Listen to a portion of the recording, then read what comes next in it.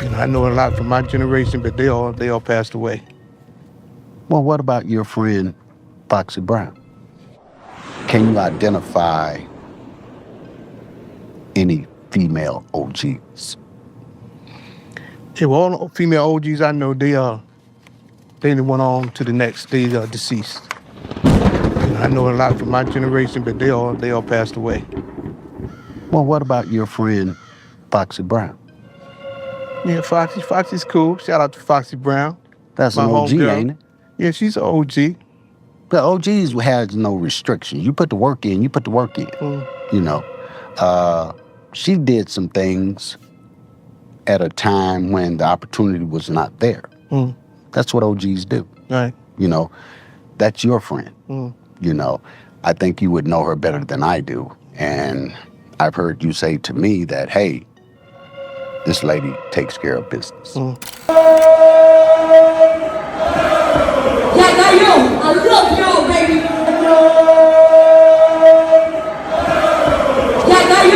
Let's stop it right there for a second.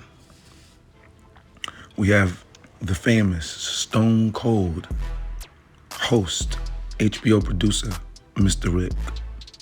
And we also have Fashion, the one and only main attraction.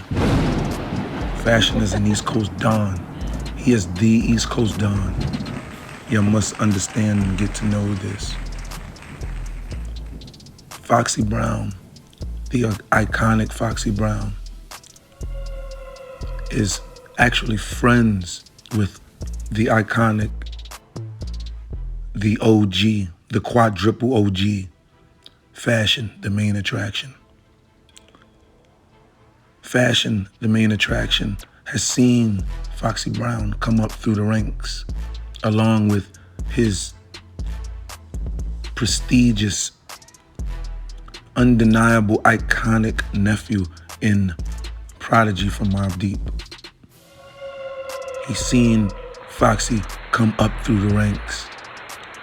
Foxy Brown and Fashion has a unbreakable bond that most people do not understand and cannot comprehend.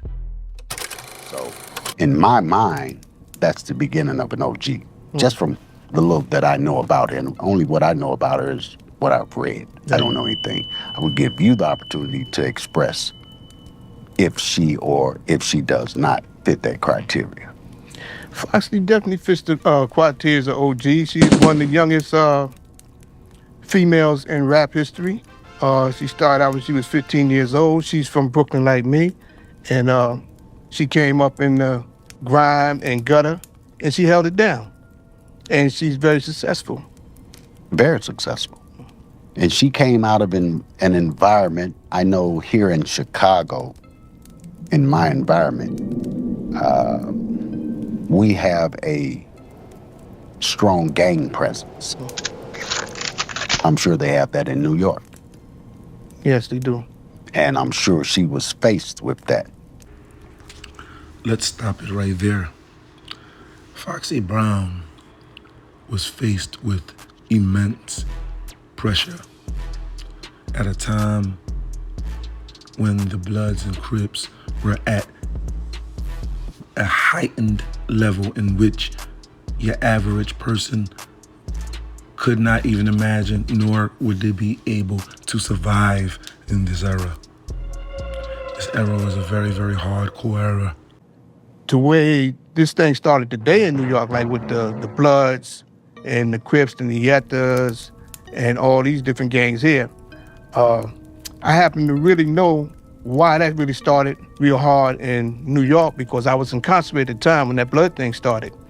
I'll give you a quick rundown on that right quick, because a lot of people in New York don't even know how that did started, right, and why it started. But like I said, prison is a bad place to be. I was on Rikers Island, which is New York City most notorious holding cell. Pre-trial prisoners go there before you get sentenced and go upstate. And the gangsters, not OGs, but gangsters, at that time, they was running the phones and everything like that. So you couldn't get on the phone if you wasn't no gangster. If your baby was wearing red around these times, there was a good possibility your baby might get $1.50 across your child's face, and $1.50 is a razor going across your child's face. Foxy Brown was in the middle of it all. Foxy Brown, homeboy, for those who don't remember, was the homeboy corrupt. I know a little bit about gang warfare because I do have stature myself in understanding that Blue Nation. I also have stature as far as family members in understanding that Red Nation. Foxy Brown held it down. Foxy Brown was around corrupt when it was going down. Foxy Brown held it down.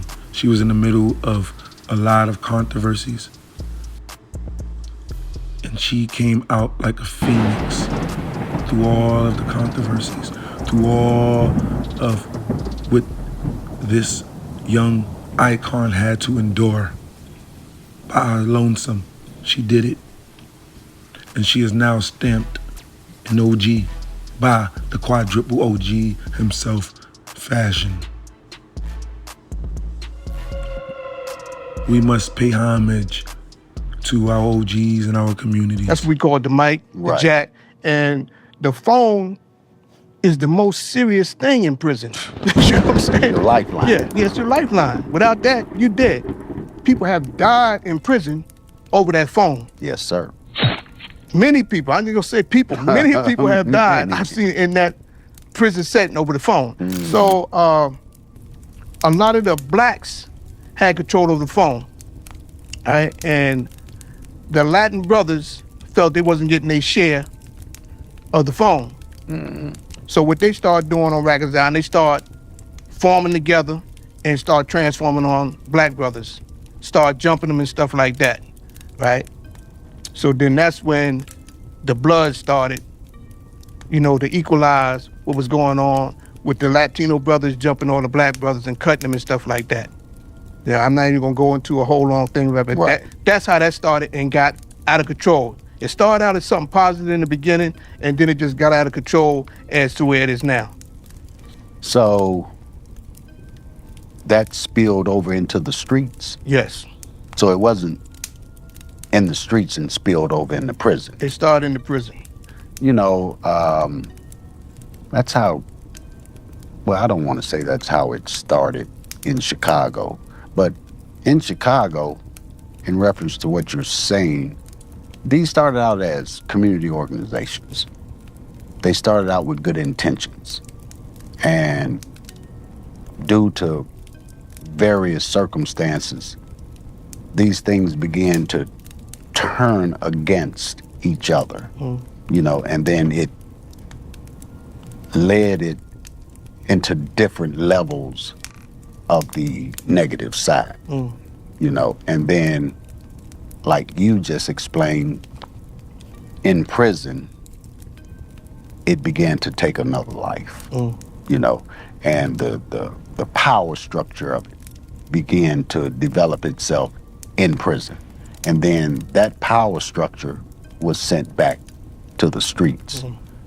The prisons controlled the people, certain people in the prisons control that narrative in the streets. You know, when we talk about people like Larry Hoover, love you, brother.